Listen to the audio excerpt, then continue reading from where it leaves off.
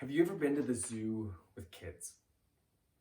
Jane and I took the girls to the San Diego Zoo last summer during my sabbatical, and it was so much fun. As an adult, I walk through the zoo by myself and note, huh, another rhino. Or, huh, that giraffe is pretty tall. Uh, I don't know what the average giraffe looks like, but that one seems taller than the others. Occasionally, I'm fascinated by one of the signs that I see posted on one of the exhibits or one of the cages, like the one in front of the cheetahs that says, "Please do not run." I assure you that I hoped some kid would just take off in a full sprint past the cheetah enclosure. But for the most part, when you've been to one zoo, you've been to them all. At least that can be the feeling as an adult. Maybe there's like an animal you've never seen before, but like, so what? Cool. There's one more animal. Going to the zoo with kids is a whole different experience. Becca and Kate would run from exhibit to exhibit to exhibit. Look, look, koalas! Like they'd never seen them before. I mean, these are animals that they had seen before in books and read about. Maybe even seen at the zoo because we've been to the zoo before. But still, it was as if they were seeing them for the first time. They were so big and they were so exotic and exciting and apparently new. We watched for nearly half an hour the orangutans as they played together and they put on this show for us. One of them, right in front of the glass wall that we were standing in front of, began to roll all the way down the wall to the far other side, stopped, and then began to make faces at the kid sitting right in front of him. And then rolled all the way back, just playing and putting on a show. The girls were mesmerized and they thought it was hysterical. But the day was also filled with questions. So many questions. And it made me remember 6 years ago, I got to chaperone one of Becca's first field trips. We went to the zoo, the Oakland Zoo, for kindergarten. And I spent the entire day, not just with two kids, but with five kindergartners. And I was surrounded by these five-year-olds all day long who were fascinated by everything. The shape of any animal, the diet of the animals, the dangers to these animals, and even the extinction of animals they were intrigued by.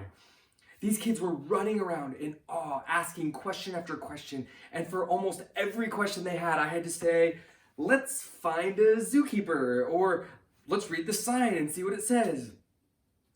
Spending the day at the zoo with kids is an incredibly humbling experience, showing you just how much you don't know.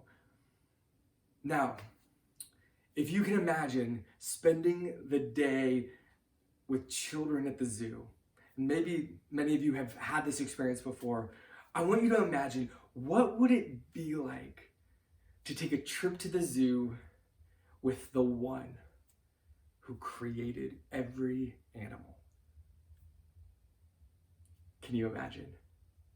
What would it be like to go to the zoo with God, the creator of the heavens and the earth, the one with every answer a kindergartner might ask?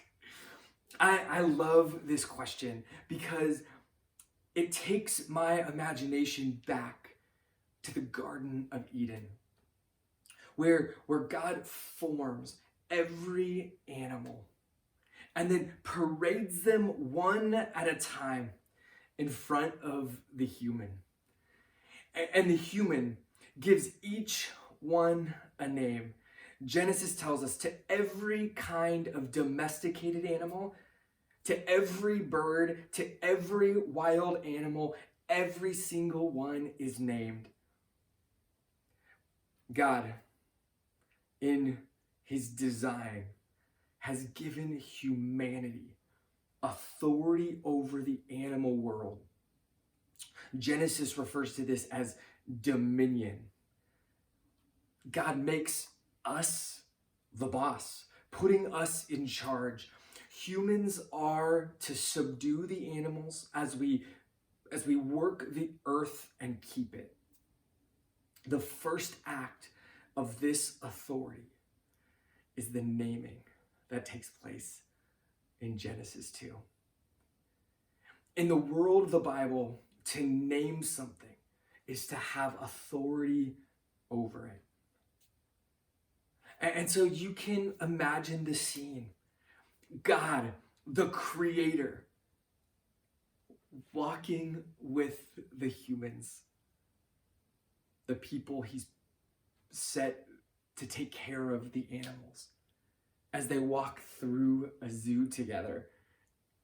The humans have given every animal name, not only their popular names, but even their scientific or Latin names are there on each cage, and the names are proudly displayed. And the humans have demonstrated their strength over the animals, putting them in cages. And the humans have learned so much about these animals, studying them for years, learning what makes them tick, even training some of them. And I can imagine the humans showing off this zoo to God, like little kids, so proud of their work, wanting to show their parents what they've accomplished, maybe not even realizing all of the harm they've done along the way. But you wonder, as God walks with you through the zoo, who is really in charge here? The humans seem to be the experts. They seem to have the situation under control, but then God starts asking questions. So many questions that sound like a kindergartner. Where does the lion's food come from? How do baby lions get enough to eat? How does a raven feed its babies when it doesn't have enough food to eat? Why does a mountain goat grow inside her mother's womb at the speed that it does? How is it that a baby mountain goat can survive all alone when it leaves its mother so soon after its birth? What's the deal with the wild donkey, wandering around as he pleases, impossible to tame? Is it possible to tame a wild ox? Why are ostriches so dumb, laying eggs on the ground where they might get stepped on? Why are horses so powerful? Who made hawks and eagles to soar and make their nests so high? Do you recognize these questions? These are the kinds of questions that kids ask when they go to the zoo. And these are the actual questions that God asks Job when God appears in our passage this morning. We'll come back to these questions in a little bit. But first, I want to turn your attention to our passage. When chapter 38 opens, we hear, "Then the Lord, then Yahweh, answered Job out of the whirlwind and said," this is hardly believable. The last time we experienced God in the story of Job was in chapter 2, 36 long chapters ago. God had given the accuser permission to let Job suffer. And the accuser was confident that Job would turn away from his God the moment he started to suffer. But as we heard Katie tell us last week, Job never turns. Instead, Job has waited and he has longed for God to appear.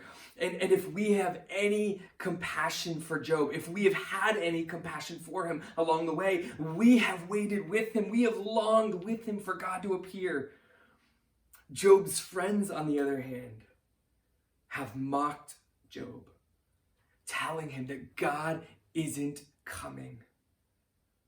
But Job doesn't lose faith. He pleaded with God to come and to meet him face to face. And this morning's passage shows us what happens when God appears.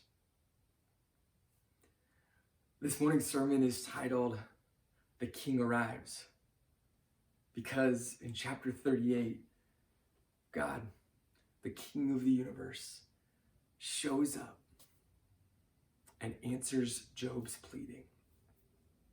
The King of heaven and earth comes to Job. There's another reason for giving the sermon this name. This morning is Palm Sunday. It's the day we remember and celebrate the triumphal entry of Jesus as King, as he comes into the royal city of Jerusalem. I want you to see the parallels this morning between Job and the people of Israel. Like Job, Israel was also put to the test. They lost everything. They lost their land, their king, their temple, and a question hovered over them.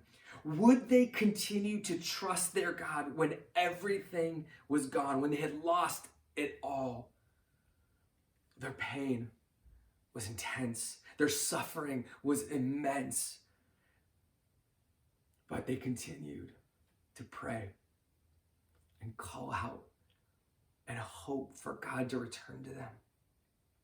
And it is on this day, this Palm Sunday, that we celebrate together the moment when Israel's God arrived to claim his throne, when he returned to take his place in the midst of his people as the person, Jesus of Nazareth. But if you are familiar with the story of Jesus, you know that Jesus comes into Jerusalem and starts doing a bunch of weird stuff. He starts asking a bunch of questions. He makes almost no sense to anybody, including his closest friends and his family. He provokes the authorities. And by the end of the week, Jesus the King is hanging on a Roman cross, taking his last breath. Jesus was God's answer to his people. But Jesus was not the answer that the Israelites were looking for. The Israelites were asking a different question, and Jesus made no sense to them as the answer. This is what we find happening in Job. Job has longed for God to come. Job has questions that he's been asking and he needs answers, but God comes with a different set of answers. And so this is what we need to consider this morning. Can we hear God, really hear what God is saying to us when he refuses to answer the questions that we're asking? Can we allow God's answer to reframe our questions, to put our questions in a new light, to point us to a better answer, the answer that we really, truly need? This is what the book of Job is offering us, teaching us how to receive Jesus as the answer that we weren't looking for. Job wants to understand why he is suffering, but God does not tell him.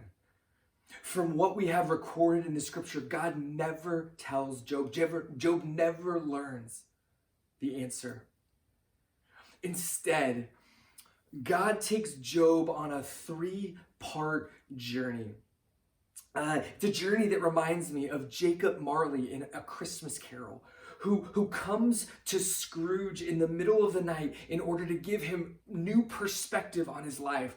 And this perspective comes as Scrooge is visited by three different ghosts. The first ghost taking him to his past, the second showing him his present, the third his future.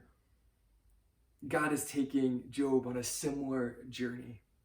From chapter 38 through 41,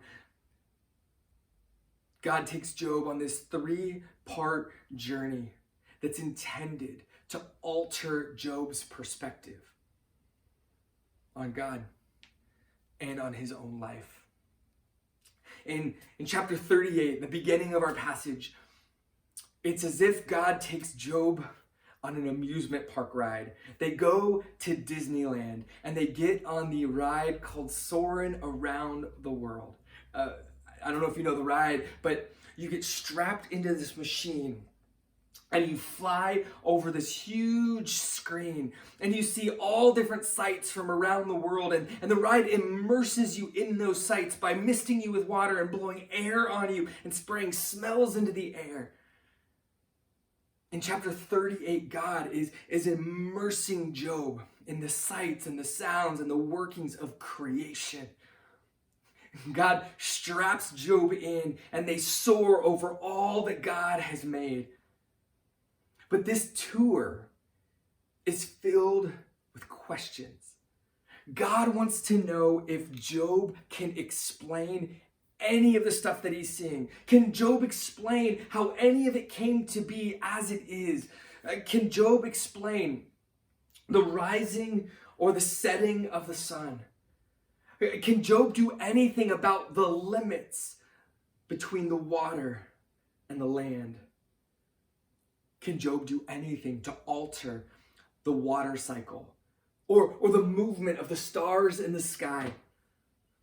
Question after question has the effect of taking Job, this single human being, from a single town in Uz, and each question makes Job and his life and his suffering smaller and smaller and smaller, until Job looks like an ant within the scope of creation.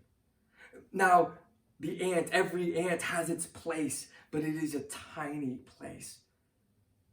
And there is not much that an ant can understand or do within the sheer magnitude of the created universe. By soaring over the world, God has reminded Job how small he is within the world that God has made and continues to sustain even today. Can Job see his suffering, his real suffering, rightly situated within the massive scope of creation? What happens when his suffering, as real and as painful as it is given its proper perspective and place within the universe? Will Job trust God with his suffering, knowing that God is constantly taking care of far bigger issues? Can Job trust that God can manage Job's much smaller issues? This is stage one of the journey, and it comes to an end. The ride ends, and God moves on from soaring around the world in order to take Job to the zoo. Chapter 38, verse 39, we pick up where we left off earlier with all of our zoo talk. God and Job begin to go for a walk through an animal park. The lion and the raven, the mountain goat, the wild donkey, the ox, the ostrich, horse and hawk and eagle. Such beauty, such diversity and creativity. Job and his fellow humans have been made to rule over these animals, which tempts us to believe that we know more about them than we do. We're tempted to imagine we understand everything there is to know about these creatures. We're tempted to trust in our own strength to keep them under our thumbs. Animals are a source of pride for us, for humans. And yet, neither Job nor the scientists in our own day could tell you why any of the animals are the way that they are. We can't even keep entire species alive, and we find out constantly of more species that we didn't even know existed. God makes it clear at the zoo, you might have some power, you might have some authority over these animals, but you did not make them. You are not the one who sustains them, and you do not give them their purpose within the world. God acts like a kid as he asks questions of Job, because these are the kinds of questions that keep us like children. Keep us being like children. Remember what Jesus said, unless you turn and become like children, you will never enter the kingdom of heaven. The zoo is the perfect place to test how like a child we have become. Is a zoo a place where we think we have all the answers, or is a zoo a place that reminds us just how much we don't know? At the zoo, God is reminding Job that Job's own wisdom and power are nothing, even when it comes to something that Job knows something about and has been given some control over. As Job looks at his life, as he considers his suffering, there is plenty that he understands. And there are many aspects of his life that he can control. But God is reminding Job not to let this little bit of wisdom and this little bit of power seduce him into thinking that he knows more and can control more than he really can. Job will always need God's wisdom and God's power to make up the difference where Job is lacking. Will Job let go of what he thinks he knows about his own suffering? Can Job accept what he has control over and entrust to God everything he cannot control? This brings us to the end of stage 2. God and Job come back out of the zoo, ready to move on to God's third and final destination for Job. And where they go is almost unbelievable. It is a realm of almost mythical quality. One part Jurassic Park, another part Fantasyland. God takes Job to the place where unbelievable and never before seen creatures exist. We as humans are tempted to believe that what we see with our own eyes is all that there is. And so God takes Job to a land where a creature called Behemoth and another creature called Leviathan live. Bible scholars through the centuries have tried to identify these animals, saying, well, it might be a hippopotamus or maybe it's an alligator. But this kind of search for a real-life counterpart ignores two things. It ignores the details in the text, and more than that, it misses the point of the text. These are creatures that Job has heard about in epic mythical stories. These are creatures that he has imagined in his nightmares. These are the creatures that Job has never seen with his eyes. They are creatures no human has ever seen. And that this is the point.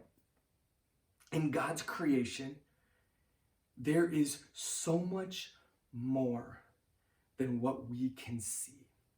Do you believe that? In the beginning, God created the heavens and the earth, everything that is seen and unseen. How humbling is this? Chapter 41, verse 1. God asks Job, Job, can you draw out Leviathan with a fishhook, or press down his tongue with a cord? Can you put a rope in his nose, or pierce his jaw with a hook? In other words, Job, do you really think that you can treat this unseen monster like any other animal that you have some control over? What are the chances you could control such a creature? This is fascinating.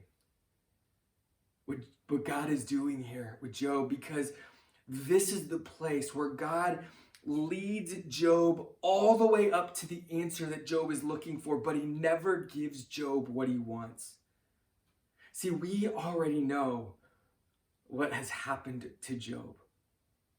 We know because Job 1 and 2 tells us that an unseen spiritual being called the accuser was created by God and is responsible for Job's suffering. God might as well here have substituted the accuser for the behemoth or the Leviathan. And God could have asked, seriously, Job, what could you possibly do to the accuser? Could you draw out the accuser with a fishhook? Could you control what the accuser says? Could you put a rope in his nose and draw him around? You think you have control or power over the accuser? The obvious answer would be, no, of course not. Nothing. Job has no power over the accuser. But God doesn't ask that question. God asks a different question. He shows these terrifying creatures to Job to see if Job can trust that God is more powerful than any creature in heaven or on earth, seen or unseen. Because if Job can trust God in the face of Behemoth and Leviathan, then God has no need to even tell him about the accuser. God and Job already have their answer. This brings us to the end of the third part of the journey, the third stage. And we discover that God's appearance to Job is an invitation for Job to trust. Can Job trust that God still has authority over the entire scope of creation?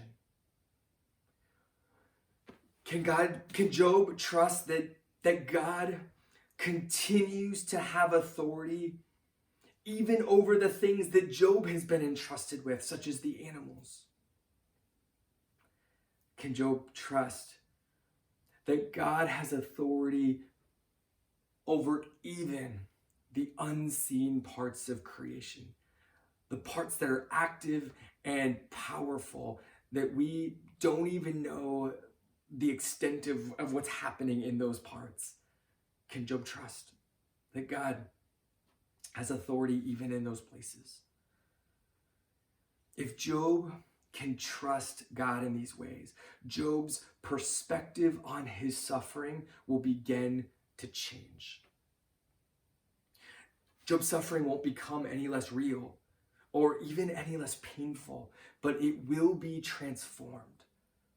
Then perhaps Job might even begin to see his suffering as an opportunity for God to work out his good purposes. Not that that's the point of his suffering, but that a God who has ultimate authority over the heavens and the earth, the seen and the unseen, and even the animals, is somehow capable of taking what someone else meant for evil and working it out for good. It shouldn't surprise us that psychologists today are saying that there are little things that we can do every single day to alter our perspective. That there are little things we can do to reduce anxiety, to live with greater peace. We're told by psychologists that we can reframe threats, things that we see or perceive as threats, reframe them as challenges to overcome. We can compare our situations to worse situations. Seeing where people were able to thrive and overcome them can add some perspective to our situation that might be smaller or less severe. We can also look at our current circumstances as a short season. You might see some value in any of these practices in light of our current circumstances. While the scriptures acknowledge these simple habits and their power to change our perspective, the book of Job invites us into a fuller and more complete reorientation. The book of Job invites us to see how small our lives are within the scope of God's ever-expanding creation. The book of Job invites us to see God's involvement in the things that we have responsibility for. And the book of Job invites us to see God's authority over all things, seen and unseen. These are 3 habits of heart and mind, seeing in these ways, that can change everything for us. God meets us in these habits when we suffer, and he draws us into the beauty and the majesty of his love. Our suffering is great, but his love is greater. This is what happens when the King arrives. We are confronted with the greatness of his wisdom, the greatness of his power, the greatness of his love. On this Palm Sunday, we are reminded that when Jesus came to his people, he came to reveal his love and the power of his love, even over death. That while we were still sinners, Jesus died for us. And his love enabled him to overcome that death. God doesn't explain our suffering to us. Instead, God enters into our suffering with us. God takes our suffering upon himself for us. And we discover that Jesus is somehow the answer to our suffering. But if we're honest, he is not the answer that we were looking for. And so the question for us is, are we more committed to the questions that we have or to the answer that God gives? Are we able to join Jesus this week as he makes his way to the cross? Are we able to listen closely to what Jesus is saying and really see what he is doing? And will we work to understand how his death and resurrection reframes everything and answers the answer that we truly need? Will we give him this week our worries and our fears, trusting that what Jesus does this week is proof that he has got them? He has got our worries and our fear. In fact, he's got us, and we are secure in him. Amen.